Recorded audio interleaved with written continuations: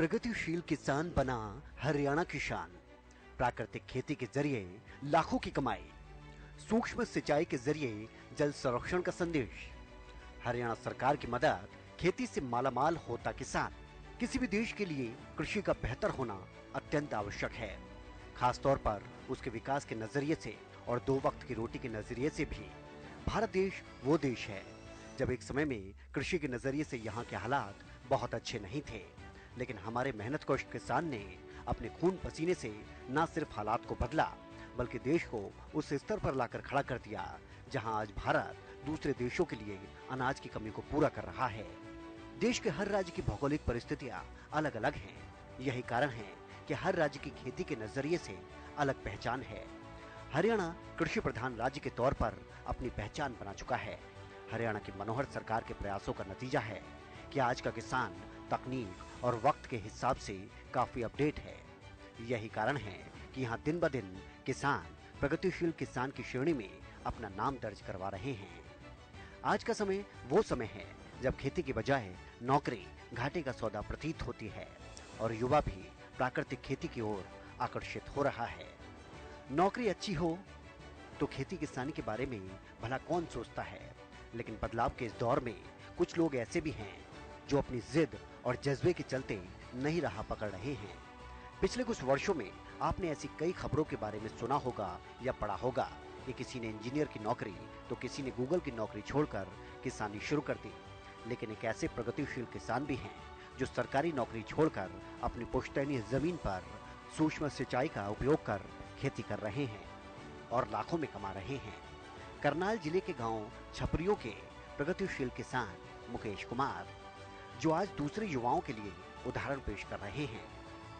Sir, मैं पहले Haryana government में सर्विस करता था। नौकरी मेरी अच्छी थी, 40-45 हज़ार रुपये पर महीना लेता था मैं। और सरकारी जॉब में काम करते करते मैं अपनी पुश्तैनी ज़मीन तो हमारे पास थी ही, तो मेरा दिल में विचार आया क्यों ना मैं भी थोड़ा पारंपरिक खेती से हट के सुरक्षित खेती या आधुनिक खेती की तरफ जाऊँ। तब मैंने सुरक्षित खेती का निर्णय लिया। मैंने एक नेट हाउस लगाया। खीरे की खेती कर रहे मुकेश ने बताया कि उन्होंने 2 वर्ष पहले एक नेट हाउस से अपना ये काम शुरू किया और आज उनके पास तकरीबन 4 के करीब नेट हाउस हैं और आगे 2 और नेट हाउस लगाने के बारे में वो सोच रहे हैं। प्रगतिशील किसान मुकेश ने बताया कि उन्होंने शुरुआत में अच्छा मुनाफा कमाया और वो इसकी ओर और ज्यादा आकर्षित हो गए।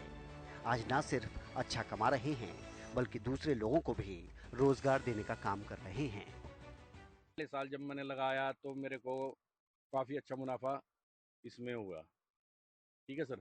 तब मैंने फिर आज मेरे पास 4 नेट हाउस है। मैं 2-3 साल से इसमें ही इन्वॉल्व हूँ अब मेरे पास कम से कम 15-20 और लेडीज़ काम करती हैं या फैमिली है जो मेरे पास ही रहते हैं, यहाँ पर काम करते हैं, उनका भी अच्छे से गुजारा चल रहा है। जहां एक तरफ युवा किसान ने अपनी 45,000 रुपए की सरकारी नौकरी छोड़ नेट हाउस में खीरे की खेती करना शुरू किया और संरक्षित खेती का काफी ज्यादा फायदा भी हुआ।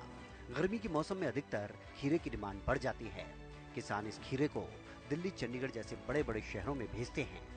यहाँ पर इसकी डिमांड भी काफी ज्यादा रहती है।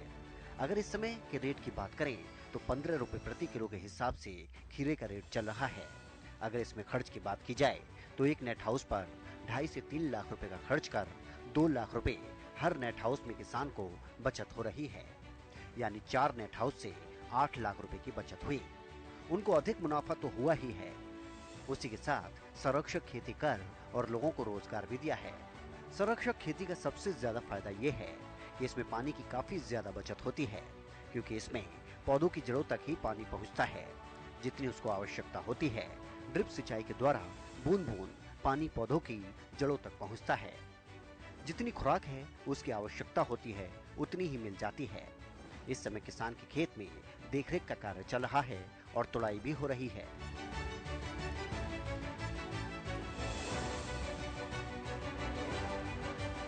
खीरा विभिन्न मौसम के लिए उपलब्ध किस्मों के अनुसार पूरे वर्ष उगाया जा सकता है। 2 उठी हुई बेड्स के बीच में दूरी 4 फीट हो तथा इसको एक ही कतार पर 30 से 40 सेंटीमीटर की दूरी पर बीज बोते हैं। खीरे के पौधों को एक प्लास्टिक की रस्सी के सहारे लपेटकर ऊपर की ओर चढ़ाया जाता है। इस प्रक्रिया से प्लास्टिक की रस्सियों को एक सिरे की पौधों के आधार से तथा दूसरे सिरे को ग्रीन हाउस में क्यारियों के ऊपर 9 से 10 फीट ऊपर लोहे के तारों में बांध देते हैं और अंत में जब पौधा उस तार के बराबर जिस तार पर रस्सी का दूसरा सिरा बंधा होता है तो पौधा नीचे की ओर चलने लगता है और साथ साथ विभिन्न दिशाओं में निकली शाखाओं की निरंतर काट छांट करते रहें।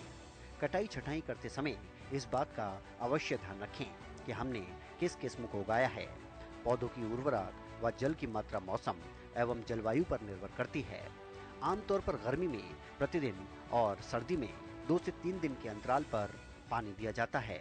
उर्वरक पानी के साथ मिलाकर ड्रिप सिंचाई प्रणाली द्वारा दिए जाते हैं। बुआई के 40 दिन बाद फसल तुड़ाई के लिए तैयार हो जाती है। पहले तो मैं इसके बारे में मैंने थोड़ा रिसर्च किया। रिसर्च करने के बाद अपने जब मैंने नेट हाउस लगाया और मैंने अच्छा मुनाफा इसमें हुआ तब मेरा रुझान इसकी तरफ ज़्यादा बढ़ा और इसको देखते हुए मैंने पहले एक लगाया, फिर 2, फिर 3, फिर 4। अब मेरा विचार अभी मैं 2 नेट हाउस और आगे लगाऊँ। प्रगतिशील किसान मुकेश कुमार ने बताया कि अगर इसमें सरकार की बात करें तो सरकार द्वारा उन्हें सबसे पहले 65% की सब्सिडी मिली थी। हालांकि अब उस सब्सिडी को 50% कर दिया गया है, मगर इसके बाद भी काफी अच्छा काम चल रहा है और मुनाफा भी अच्छा हो रहा है। अगर और युवाओं की बात करें तो उनको सबसे पहले नेट हाउस के बारे में जानना पड़ेगा।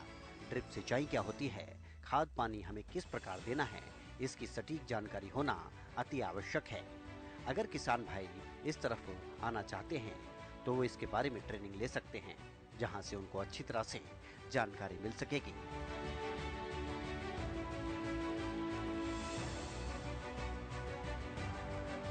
तो सर पहले तो आप इसका जो है मैं इसका जो पहले तो इसके बीज की क्वालिटी जो अच्छी होगी वही लगाना चाहिए। और मैं किसी कंपनी का तो मैं करता नहीं हूँ भाई इसका प्रमोशन कर रहा, मैं रिजवान के सीड लगाता हूँ। बेस्ट क्वालिटी के ही सीड है रिजवान के। और अब आप अच्छा सीड लगाए तो मुनाफा भी आपको अच्छा ही होगा। इसमें खाद पानी किस प्रकार देते हैं? खाद सारा एनपीके चलते हैं, ड्रिप के द्वारा चलते हैं, सूक्ष्म सिंचाई से। सूक्ष्म सिंचाई से होती है टपका विधि से। और जितना भी खाद अपना जो शेड्यूल होता है उसके हिसाब से दिया जाता है डेली का। और फायदा क्या है सूक्ष्म सिंचाई का? सूक्ष्म सिंचाई का सबसे बड़ा बेनिफिट तो आपके 80 से 90% आपका जल की बचत होगी।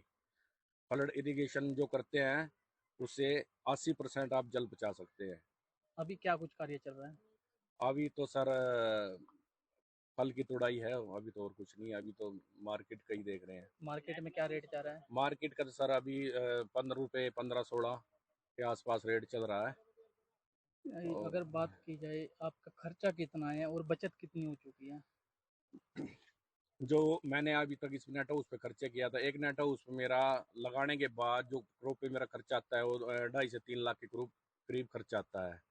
तो मैंने अपना खर्चा कवर करके अब तक 2-2 लाख रुपए इसमें से अर्न कर लिया है खर्चा निकाल के। सब्सिडी भी मिली है कोई?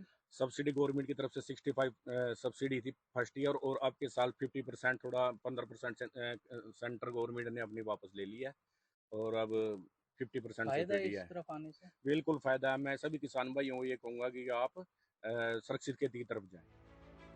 किसान सदियों से परंपरागत खेती जैसे धान, गेहूं आदि की खेती करते आ रहे हैं, लेकिन पारंपरिक खेती की निर्भरता मौसम पर अधिक रहती है। नुकसान का भी खतरा मंडराता रहता है। कुछ सालों से खेती में लगातार हो रहे नुकसान की वजह से कृषि क्षेत्र में किसानों को चिंता सताने लगी थी। लेकिन इसी बीच हरियाणा सरकार किसानों के लिए आशा की नई किरण लेकर आई।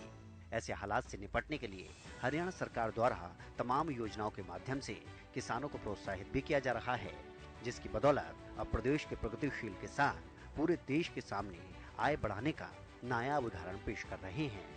प्रगतिशील किसान मुकेश कुमार खीरे की इस फसल से पानी की बचत करने का भी संदेश और किसानों को दे रहे हैं। जल संरक्षण के मकसद से ही हरियाणा में भी मेरा पानी मेरी विरासत योजना चलाई जा रही है। हरियाणा में आज के समय में हजारों की संख्या में मुकेश कुमार जैसे किसान प्रगतिशील किसान की श्रेणी में आकर खड़े हो गए हैं और वो तमाम किसानों को प्राकृतिक खेती करने का संदेश भी दे रहे हैं।